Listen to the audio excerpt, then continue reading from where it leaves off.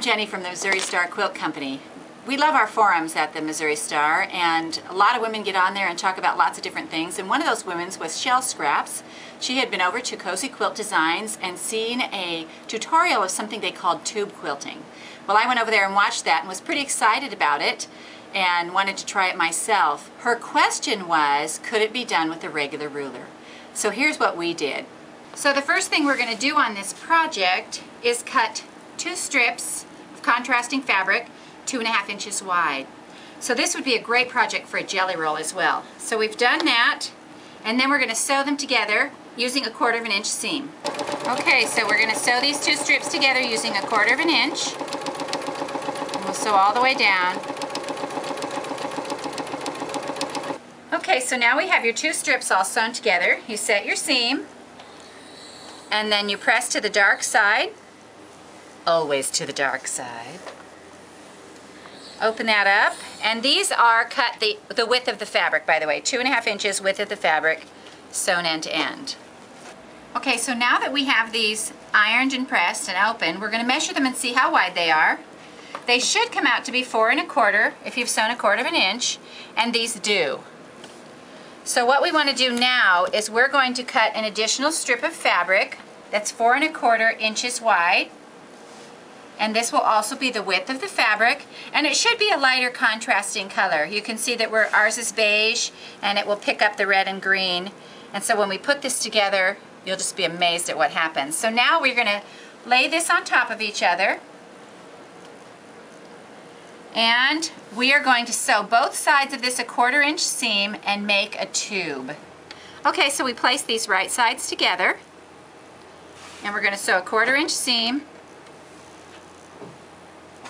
all the way down to enclose it. I know this sounds kind of strange, but what we're doing is we're making a tube. When you sew long seams like this, you want to be sure to change directions often so that your fabric doesn't bow. This is only two seams, so it won't be bad at all. But if you sewed all your seams going in one direction, it would create a bow in the pattern. So we're just going to turn these around and sew back down the other direction with our sides matched up. 1/4 inch. Okay, so here we are at the end of our tube. Let's just finish this up. There we go, all done. Now over to the cutting table. So you can see that this is a tube, and we'll lay it out here. And we're going to use this Omnigrid ruler, which is just a 9.5 inch square. I imagine you could do any one that has the 45-degree line on it. And that's the line that will give us our angles. So you lay that line on your 1/4 inch seam so that we can make a cut here that will give us the top point of our first cut. Now I'm left-handed, so I'm doing this left-handed ways, and I'm doing this left-handed, and we will bring Natalie in to show you how to make right-handed cut a little bit down. So the next thing we want to do is we want to slide this down here and put it on the bottom seam line. See how easy that was? Makes a point, and we make our cut. We're going to slide it up. We'll move this out of here. See, this is the block that you get. Put it right along the seam line,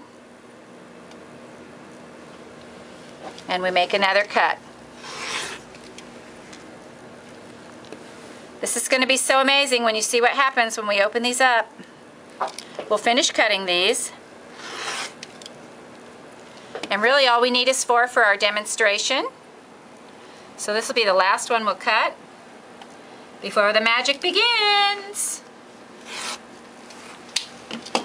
All right, now we have 4 of these blocks, and you can get 4 more out of this tube.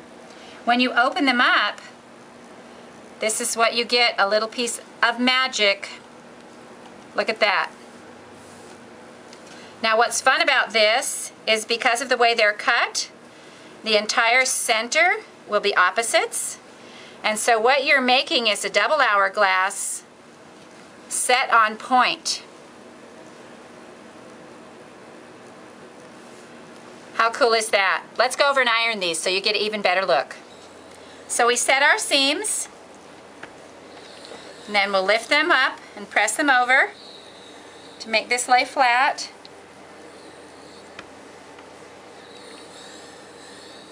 And I think if you had like 3 of these blocks, it would make the most darling little table runner.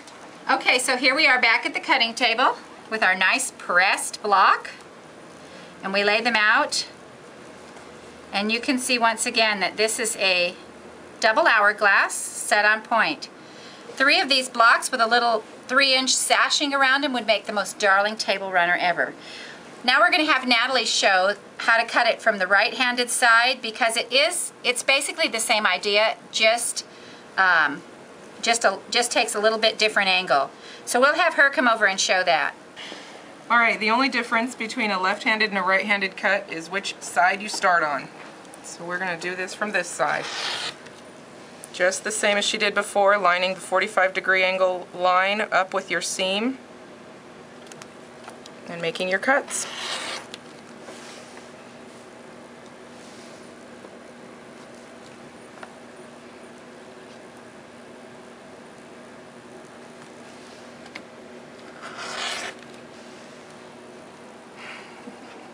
Okay, so now that you've seen the left-handed and the right-handed way, let's see what else we can do with these blocks besides the double hourglass.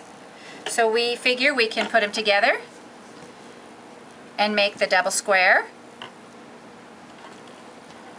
We could do something wild and crazy and line them up so that they make a kind of chevron thing. I guess we can do all kinds of things. So this really, this is really a fun technique, and it's something you'll enjoy that's quick. So out of 3 strips of fabric, we've been able to make 2.5 blocks, and it takes very little fabric to make this, and you'll have a table runner in no time with this tube technique. We hope you've enjoyed this. From the Missouri Star Quilt Company, happy sewing.